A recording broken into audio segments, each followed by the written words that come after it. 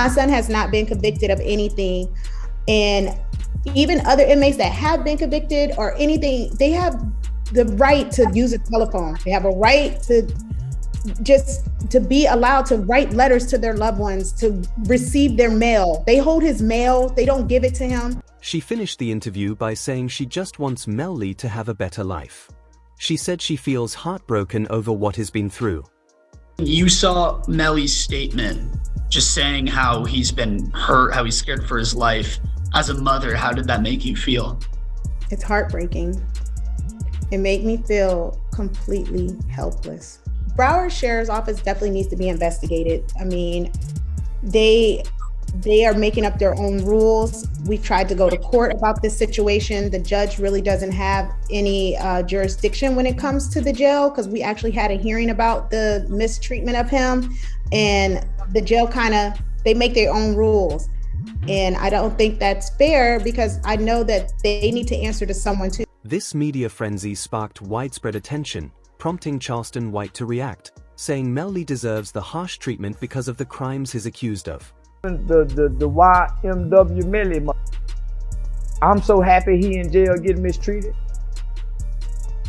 Yeah, I'm so happy he in jail getting mistreated, homie. Homie, when you take a life, homie, you ain't got a right to complain about a motherfucking thing about being mistreated when you done chose to play somebody. Even Boosie weighed in on the situation, largely siding with Melly's mother and expressing sympathy for the stress she's been forced to endure. Okay, so then I met his mama while he was in. Oh, okay. I met his mom while he was in, and she real, bro. You know, she real. She's stressed out. I heard she had a... Yeah, she real, and I reached my hand out to him, cause I'm real.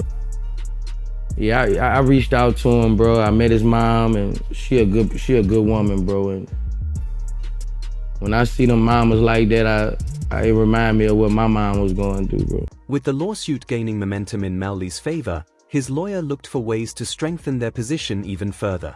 Drew argued before the judge that federal prosecutors claimed to have Mariah as a key witness who would testify that Melly committed witness tampering, yet still chose to drop the case.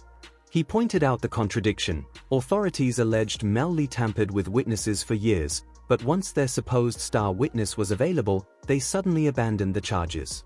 Drew also noted that Mariah was arrested immediately after returning to the United States, but was never actually used in the witness tampering case.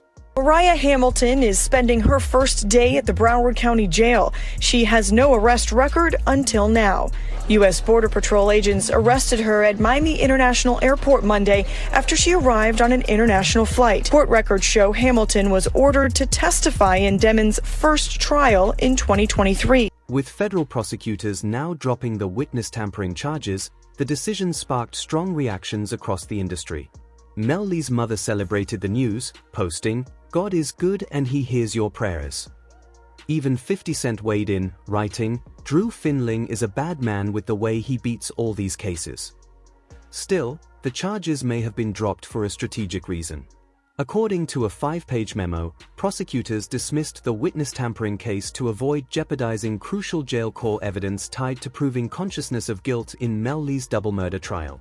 The state moved to drop the charges because ongoing disputes over suppressing those jail calls posed a risk of a mistrial and the potential loss of key evidence needed for the 2027 trial. Prosecutors had accused Melly of witness tampering and street team-related offenses, alleging efforts to keep key witness Mariah Hamilton from testifying in the double murder case. Financial records show Hamilton allegedly received over $31,000 from Melly's management company and associates, along with help purchasing a Mercedes, despite having no reported income. Court filings also detailed jail calls, surveillance footage, and inmate notes that allegedly show Melly directing a relay system through inmates James Howard and Terrence Mathis to pass messages outside the jail after losing phone privileges. The documents further claim recorded calls and messages instructed associates, including co-defendant Bortlin, to keep Hamilton away from court using coded language and nicknames, allegations that were publicly exposed years ago in an interview by Juvie's father. This kind of crazy way that Melly was communicating. He wasn't allowed to use the phone, but he was passing notes to people, and then this person's calling this person, and then that person. Saying like to me, they going through extreme measures, trying to cover up or convince people not to testify, like Mariah mom. They was using code words like Rihanna and A$AP Rocky's baby mom. And dropping the witness tampering charges turned out to be a strategic move by prosecutors, but it also worked in Melly's favor by reducing the number of charges he has to fight. The state appears focused on preserving its strongest evidence for the Double M murder case, aiming to extract as much information as possible from Mariah and now Bortlen without risking exposure or complications in a separate tampering trial. That strategy is likely why the charges were dismissed, but if you didn't know, Bortlen has now flipped on Melly and cut a deal with the feds. Reports say he accepted a plea agreement and also agreed to a proffer, meaning he's cooperating and talking. He pled to accessory after the fact and is expected to receive a 10-year sentence plus 6 years of probation, minus any time already served. With two people close to Melly now cooperating, the outlook is growing more serious. Legal analysts have broken down Bortlen's deal further, explaining that the judge requires a factual basis for both charges he pled no contest to before accepting the plea. That means Bortlen has to give a detailed, truthful account of how he became an accessory to the crime, including how the crime itself unfolded. In other words, this isn't a quiet plea. With the proffer in place, he can't just agree and move on, he has to fully lay it all out. Tweet out saying people are upset. I said this is a gunner plea. This is a gunner plea. This isn't a plea saying you have to tell on him, but this is a plea that you're going to have to provide all the details that they were missing to convict him. And that's why it's a gunner plea. Why do I say he signed a gunner plea? Because YNW Melly, and I watched the case, we covered it. YNW Melly's case is that, number one, you guys have not done a job to prove that this is actually they have proved, but prove that this is a homicide with this person being the offender. Also, the accessory after the fact plea confirms that Bortlen, that's kind of like almost like a sub part of a conspiracy, except you weren't with the conspiracy at first. You came in after the fact. What that proved is that they came in. Oh my God, what that proved is that Bortlen worked with someone after he acknowledged that a took place in trying to cover it up. You hear what I just said? When pleading to an accessory to after the fact, you have to acknowledge that the happened and you assisted someone or in some way to cover the. Now, if Melly's statement is, how do we know that? And then secondly, how do we know who did it? Because they said it was a drive-by. Once Bortlen admits to being an accessory, by attempting to plant evidence and stage the scene to make it appear like a drive-by, it would effectively confirm that the shooting was not a drive-by at all. That leaves Melly as the only other person at the scene who could be held responsible. A seasoned attorney weighed in on the situation, explaining that Bortlen's deal is so favorable that it virtually requires him to implicate Melly in some form. In their view, there's no scenario where Bortlen receives this kind of agreement without ultimately giving prosecutors what they want. He will be flipping. He is going to be tell-all about anything he knows about the double case, and they will know if he's telling the truth or telling a lie when he gives his full quote-unquote confession as to what happened that evening. And that's what happens. A lot of times where guys are in the prison for 4 or 5 years awaiting trial and looking at a life sentence, and they're offered 10 years where they'll be home probably in another 3 years that he'll serve, he decides to flip and become a cheese eater. And that's what happens a lot of times on these cases. And I was expecting it to happen a lot sooner than it did. He held out for quite some time. But long story short is it looks like he's going to flip. And it makes the case on YNW Melly, depending on what he says, which I anticipate he'll say that YNW Melly is responsible. His flipping. He's expected to tell everything he knows about the double murder case, and prosecutors will be able to judge whether he's being truthful once he gives his full, so-called confession about what really happened that night. This kind of scenario plays out all the time. Someone sits in jail for 4 or 5 years awaiting trial, staring down a possible life sentence, then gets offered a deal for 10 years with the chance to be home in just a few more. At that point, they decide to cooperate. It happens constantly in cases like this, but what's surprising is that it didn't happen sooner. He held out for a long time. But at the end of the day, it now looks like he's fully cooperating, and that could significantly impact YNW Melly's case, especially if, as many expect, he places the responsibility squarely on Melly. The PC Gambino account asked him if he was okay, and his response was, "I did that," and placed a smiley face emoji. And the next message from 10/26/2018 at 16:02 from Eastern Standard Time.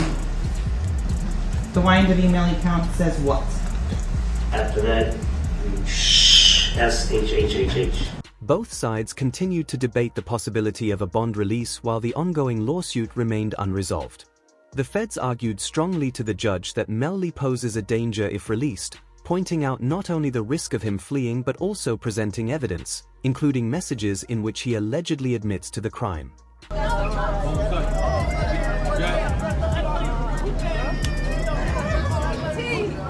Melly still turned regardless of what happened this early morning. He's still out here being very positive. Turned still.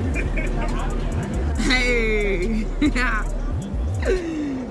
No, still turned, regardless of what happened. You already know. They also presented footage of Melly just hours after Sackchaser and Juvie were killed, showing him seemingly carefree and dancing in the parking lot, as if he were having the time of his life. Can you state your name, your full legal name for the jury? I'm Leon Phillips. Okay. And are you related to one of the victims in this case? Yes, I am. How so? I'm his mother. And who is that? Christopher Thomas. Ms. Phillips, did you see who entered into the occupants who entered into that gray Jeep? Yes. Do you recognize where your son entered that gray Jeep? Yes. Which seat, if you can identify for the jury? He got in the back seat on the right hand side. Did you recognize the individual that got into the back seat on the left side, the rear driver's side? Yes. And who was that individual? Janelle. Cameras also captured Melly in another situation that looks particularly damaging. Footage shows him getting into the back left seat of the Jeep, a key detail because investigators determined that the bullets that killed Sackchaser and Juvie traveled from left to right in the vehicle.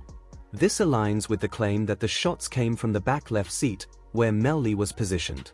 The feds even had Juvie's mother, who knew the YNW crew well, confirm that it was Melly who got into that seat. So the first thing is I didn't have a firearm, so I can't know which firearm I'm going to use in order to replicate any of my tests. So I can't make tests for this determination because I don't know what firearm was used. Okay. To cast doubt on the prosecution's case, Melly's team pointed out that the same detectives admitted they couldn't determine the exact details of the crime, as the firearm was never recovered. Co-defendant YNW Bortland was booked into a Miami jail Monday night and is being held behind bars on an out-of-county warrant. We just confirmed the warrant is out of Broward County for witness tampering.